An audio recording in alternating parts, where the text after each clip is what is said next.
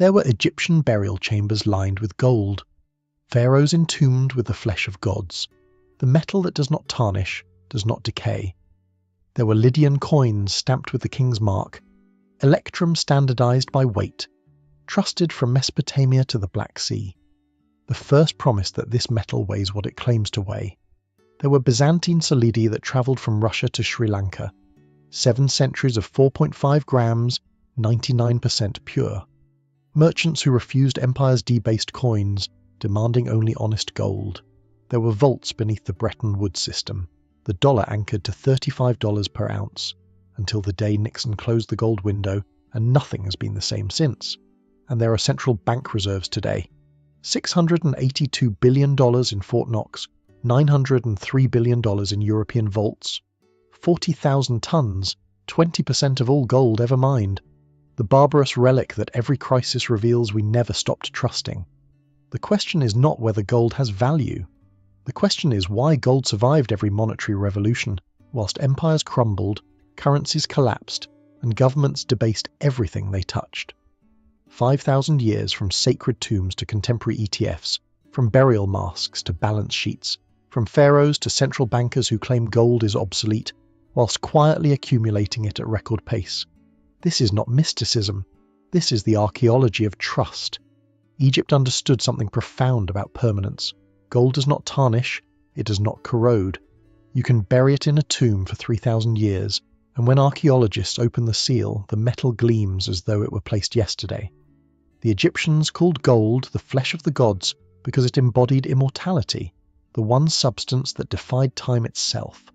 By the Old Kingdom, 2686 to 2181 BCE, gold was already functioning as a standard of value in the international trade with Nubia. The Egyptian word nub meant gold. Nubia meant the land of gold.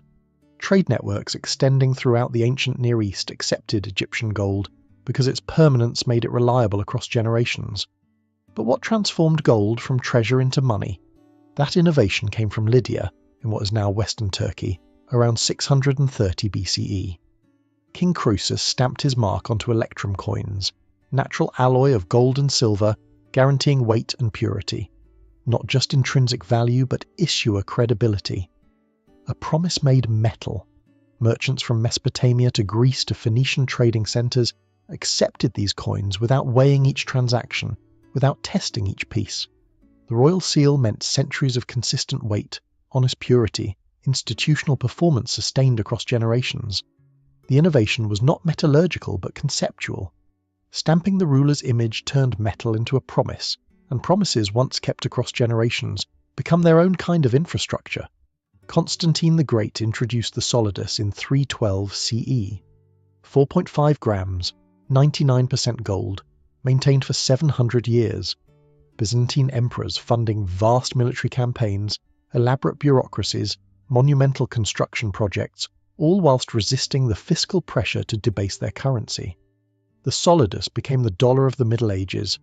Merchants from the Baltic to the Indian Ocean accepted it without question. Russian traders, Persian merchants, Sri Lankan importers all trusted this single coin because the Byzantine state had proven, generation after generation, that the weight stamped on the metal matched the metal in your palm. Justinian I ruled from 527 to 565 CE. Wars, infrastructure, empire, all financed without destroying the currency that made that financing possible. But then Romanus III Argyros took the throne in 1028 CE. The debasement began. By 1078, the solidus that had maintained 99% purity for 7 centuries contained only 33% gold. Italian merchants in Constantinople's markets refused the new coins. They demanded old solidi, full weight, honest metal. They would not accept imperial decree over metallurgical reality. 7 centuries of accumulated credibility destroyed in 50 years of expedience. When the Byzantine emperor offered new coins, merchants chose old metal over imperial authority, revealing what they trusted when their own wealth was at stake. The 13th century brought commercial revival to Western Europe. Florence minted the florin in 1252. 3.5 grams, 24-carat gold, consistent weight. Venice responded with the ducat in 1284, 99.47% pure, the highest medieval metallurgy could achieve. Not single authority, but competing issuers disciplined by market forces. English merchants in Bruges weighed Florentine florins. Genoese traders chose Venetian ducats over German gulden. Exchange rates emerged between competing honest coinages, with markets punishing any issuer who attempted debasement. Gold's utility as international money did not depend on empire or decree, but on the existence of issuers who understood that credibility, once lost, could not be quickly rebuilt. Isaac Newton, serving as master of the mint in 1717, made calculations that accidentally pegged sterling to gold. A technical adjustment hardened into 2 centuries of monetary policy. Britain formalised the gold standard in 1816. Germany adopted it in 1871, using Franco-Prussian war reparations. By 1900, every major nation except China operated on gold. The theory was elegant. Currency defined as fixed quantity of gold, central banks obligated to exchange paper for metal on demand, balance of payments deficits correcting themselves through gold flows and price adjustments. The reality was more complex. Central banks sterilized gold flows, manipulated discount rates, prevented automatic adjustment. The classical gold standard from the 1870s to 1914 provided stability not through rigid adherence to rules, but through central bank discretion within gold-backed constraints. Then came the Great Depression. Britain restored gold convertibility in 1925 at pre-war parity. The currency proved overvalued. Persistent unemployment, economic pain, political instability, the price of maintaining gold backing when economic conditions demanded flexibility. By 1931, Britain abandoned gold. The choice became clear. Maintain the metal standard or manage the economy. Governments chose managing their economies over maintaining gold convertibility. The system that provided century-long stability could not survive the stresses of industrial-scale warfare and global depression. But what would replace the discipline of gold? July 1944. Allied nations gathering in New Hampshire to design a new monetary order. The compromise, dollar pegged to gold at $35 per ounce, other currencies pegged to dollar. The US committed to gold convertibility for foreign central banks, a gold standard for the 20th century mediated through the dollar. The 1950s and 60s saw European reconstruction, stable exchange rates, expanding trade. But the system contained a fatal contradiction, the Triffin dilemma. The dollar as reserve currency required US current account deficits. Deficits accumulated dollars in foreign central banks.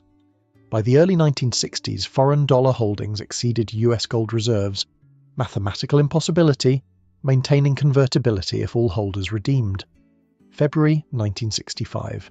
Charles de Gaulle announced France's intention to redeem dollars for gold, signalling to other nations the dollar's vulnerability. The London gold pool, central banks attempting to defend $35 price in private markets, collapsed in March 1968. May 1971.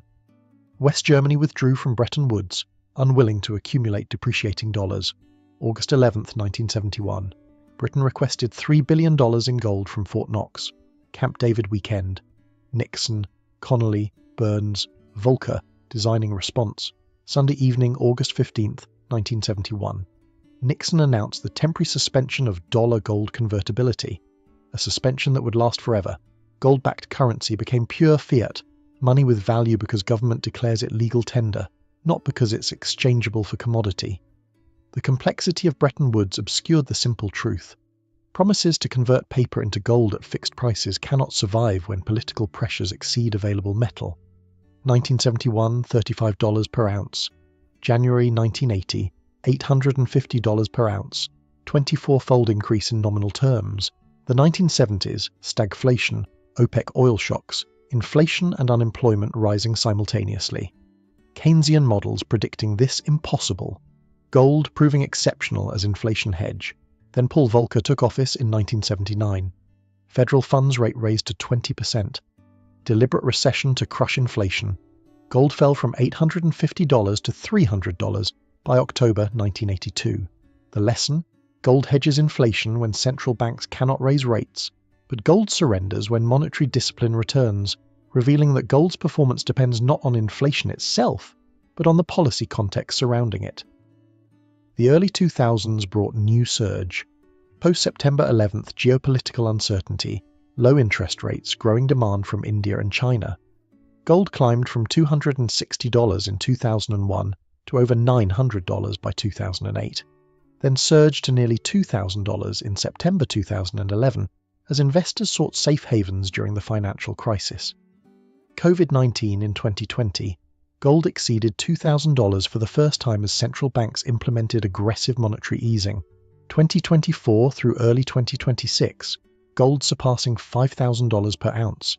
Not because gold changed, but because trust in alternatives wavered. Here is the irony. 2001 to 2008, advanced economy central banks net sellers, calling gold a barbarous relic. 2008 financial crisis, fundamental reassessment. Emerging market central banks became net buyers. Russia, China, Turkey, India, accumulating reserves whilst Western economists declared gold obsolete. 2023 and 2024, approximately 1,000 tons purchased annually by central banks. They sell their gold in public statements. They accumulate it in vault records. Beneath layers of modern monetary theory lies ancient recognition. Credibility built through millennia cannot be quickly replicated. Today, central banks hold 40,000 tons, 20% of all gold ever mined. $682 billion in Fort Knox, $903 billion in European reserves. All 219,890 tons of gold ever mined would fit in a 22-metre cube, roughly 72 feet on each side. A surprisingly compact volume for an asset that has shaped 5 millennia of human economic history. Gold is not money anymore. Central banks abandoned the gold standard. Nixon closed the gold window. Currencies float, finding value through market forces and central bank credibility, not convertibility into metal. And yet, when COVID struck, gold surged past $2,000. When inflation returned, investors accumulated physical gold in ETFs at record pace. US gold ETFs holding 2,019 tons, $280 billion in assets. When geopolitical tensions rise, central banks quietly add to reserves, despite decades of claiming gold obsolete. The pattern reveals something profound about credibility and collective memory. Paper currencies, 50 years of fiat experimentation. Gold's trust, 5,000 years of institutional performance. The British pound lost gold backing in 1931. The solidus maintained honesty for 7 centuries before collapse. Bretton Woods lasted 27 years. The Florentine florin was trusted for 300 years. Gold survived not because it has intrinsic utility that justifies its price, it doesn't. Gold survived because societies built credibility around it. Generation after generation, mint master after mint master, merchant after merchant examining coins in their palms and asking the simple question, does this weigh what it claims? And when that question was answered honestly across centuries, the metal became more than metal.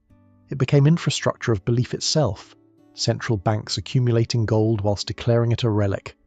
Investors fleeing to gold when fiat currencies face crises. The metal that does not tarnish, does not decay, outlasting every empire that stamped its image onto coins. This is not mysticism.